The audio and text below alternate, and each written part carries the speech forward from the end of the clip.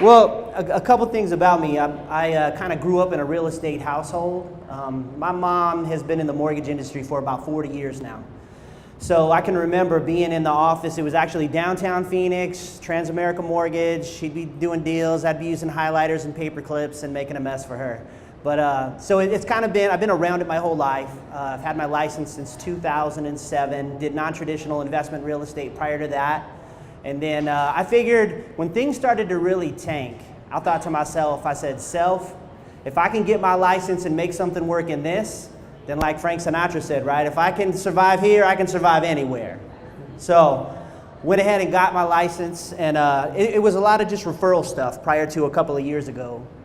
But came to JK and have really been blessed and thankful for this opportunity ever since. But a couple things I want to share with you. So I've done a lot of teaching and speaking. I was actually in the music industry for a while, so I performed in front of a lot of people. And I've seen, they'll do, where they talk to people and they'll say, well, what is the thing you fear most in life? And people will put public speaking actually above dying, which I find to be completely ironic, because I think in reality, none of us would rather grab a mic than die, right?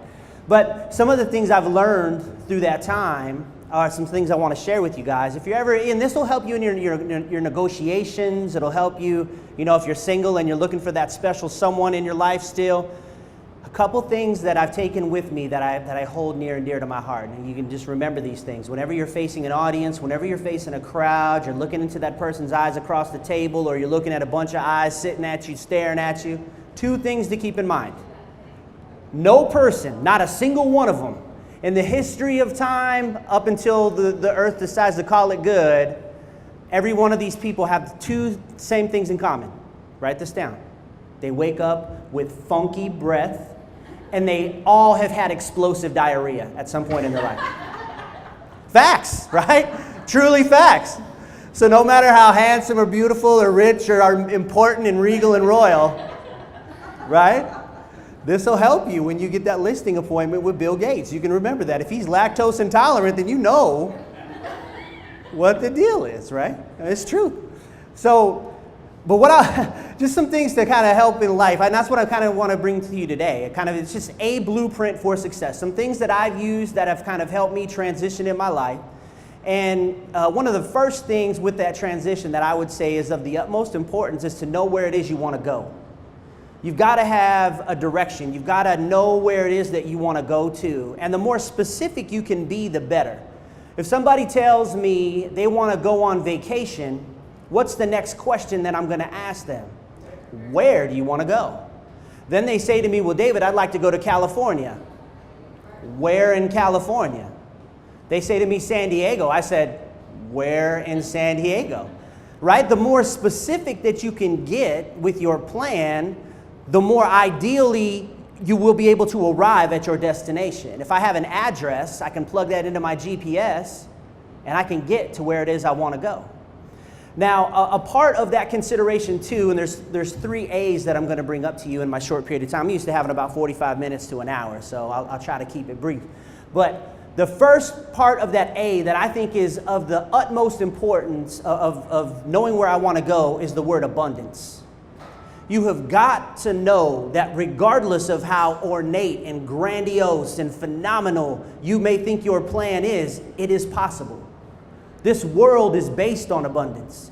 Think about your body for a second. Your body is composed of trillions of cells that have intricate chemical reactions and communications in between themselves every second that you live, and anything that goes off with that basis, this body will no longer function correctly. Everything around you is composed of atoms. I ask this question to people all the time. What's the difference between a 1972 Toyota B210 and a Bentley Continental? Simply the arrangement of molecules, right? That's really the only difference. There's the capacity to create whatever it is that you want in life.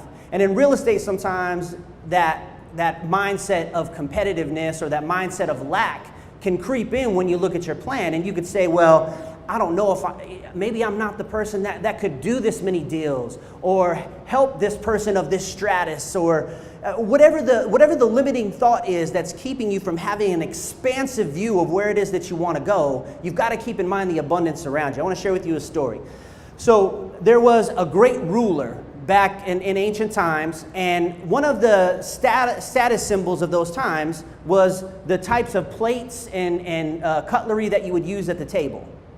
So, if you were of the utmost importance and you got invited to this emperor's dinner, then you'd have the gold stuff.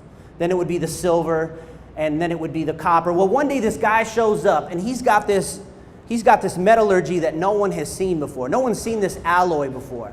And they're like, man, this is amazing, this is incredible. So the emperor meets with the guy afterwards, and the guy tells him a little bit about what he got. And then so this emperor was a militant emperor. He was also an economic emperor. So instead of partnering with this guy and figuring out what he had, he killed him, because he didn't want the guy to proceed with this amazing thing that he had. He didn't want nobody to know. So years and years go by, and again, if you were of the utmost importance, this was the metal that you ate off of. This was the alloy that you had at your table when you were the cream of the crop. Well, years and years go by, and they figure out not only how to extract it through chemicals, but also through an electrolysis process, but that alloy was aluminum. Now, aluminum is the second most abundant mineral metal alloy in the ground, on Earth. But the perception of lack and limitation caused someone to hinder something that would have, if he was truly economic, he could have parlayed that into great abundance, right? I mean, aluminum is everywhere now. So I want to encourage you, be open, be abundant in your thought process about where it is that you want to go, because truly, whatever it is that you want to accomplish, you can accomplish. There are examples of that in this brokerage. I would say the Bearded Brothers would tell you that. Whatever it is that you want to accomplish, you can accomplish. Chuck Malone, who I have the honor of speaking after, this is a gentleman right here who, again, I hold in the utmost respect. Anyone who has this many years of experience in this industry and has had the amount of success that he has, he's done it for a reason, but he'll tell you it's possible. It is possible to succeed in the great abundant times. It's also possible to succeed in maybe the times that aren't so great. But have an expansive, open vision about what it is that you want to accomplish every day. 24 hours in a day, 1,440 minutes, 86,400 seconds is a deposit made into your account every day. What do you do with that deposit? There's no difference between the president, the greatest person you can think of, or you. It's just a matter of how do you invest that time, right? So we have to choose to have an abundant perception. But the next piece that we want to consider, and truly this is important for us, is who am I, or what are my aptitudes? What are the things that I have naturally? I always think about LeBron James, right? Dude is 6'8", 250 pounds. He's the fastest guy on the court. He jumps the highest on the court. I think it was pretty easy with that set of aptitude to say, bro, I think you might be really good at this game right here, right? Pretty simple to figure that one out. Now, there are other aptitudes that you might have to figure out. Like for me, when I was in music, I was doing rapping. I was in hip hop and words and the way that linguistic formations came together, phonetics. It was all very important to me. But then when I felt that was being removed from my life, I'm like, well, what was the point of that then? Why did I spend all this time? I mean, I would literally read the dictionary. Like people would, read books, I would read the dictionary. I'd take a word, I'd write that word out, I'd write out the definition, then I would make it my goal to use that word 10 times in the next 3 days in a standard conversation with somebody. And I'm like, well, why did I do all this? Well, then I started to be led into the area of teaching at my church. I started to be led into the area of mentorship and people around me, and I started to see the benefit, because the English language is fantastic for what we do. There are languages that are based on symbolisms and pictures. Our language is very specific, and it's ideal for legal transactions, because there is an exact word for exactly what you want to express, and there's no variance in what that means, right? So the English language is fantastic for that purpose. But then now I'm coming to realize in my real estate career, what I love to do is teach my clients about what we're doing. See, I'm able to share with them, okay, this is what this process is about, this is what this means, this is why we're doing this way, this is why we'll avoid doing that. It's all a part of this aptitude that I developed. Each one of you has an aptitude that you bring to the table. Each one of you has something that you just comes naturally or innately to you that you can utilize to your benefit in your business. So explore that. Figure out, what are your aptitudes? Some of you may have heard of a dude named Elon Musk. And Elon Musk was naturally inquisitive and wanted to change things his entire life. Now, we know he owns Tesla and he owns Solar City, but those two businesses were actually created as a funding entity for SpaceX, which is the first privately run institution that got a government contract to create rockets to fly into outer space. And his whole thing was, well, why aren't we on Mars yet? That's where this whole thing started. Why aren't we on Mars? So he creates these other companies to fund this space company. And now this space company did something that no other company has done. On the flip side of that, Tesla, interestingly enough, when we're talking about abundance, he has proprietary software, proprietary energy technologies that he saw no other car manufacturer was figuring out. So instead of keeping that stuff to himself, he made it public domain. He said, here, we're not going to hold on to the copyrights. There will be no infringement. Go ahead, figure it out. The mindset of abundance says there's always going to be more than enough for everyone to go around. Figure out who you are, your aptitudes. The attitude is going to be another very important piece of who you are. The late, great Jim Rohn said, the winds of change and the winds of fortune or misfortune blow on us all. The difference is the setting of the sail. How do you set your sail? What's your attitude? Does it suck or is it an opportunity? You know, in church all the time, right, when they start talking about, oh, here comes the offering, here comes the church wanting my money. See, for me, when I hear that word, I think opportunity. Because I know fundamentally on an energy level, that's how energy works. When I sow a seed, I feed and water that seed. That seed can do nothing other than what is programmed into it, which is to bring forth the fruit that it has been designed to bring forth. So if I plant an orange seed and I water and I feed that, we feed things in energy through words, through ideas, through our emotions and our belief patterns. If I feed that, it's going to grow and it's going to produce fruit in my life. So what is my attitude about who I am in my business? Where am I going?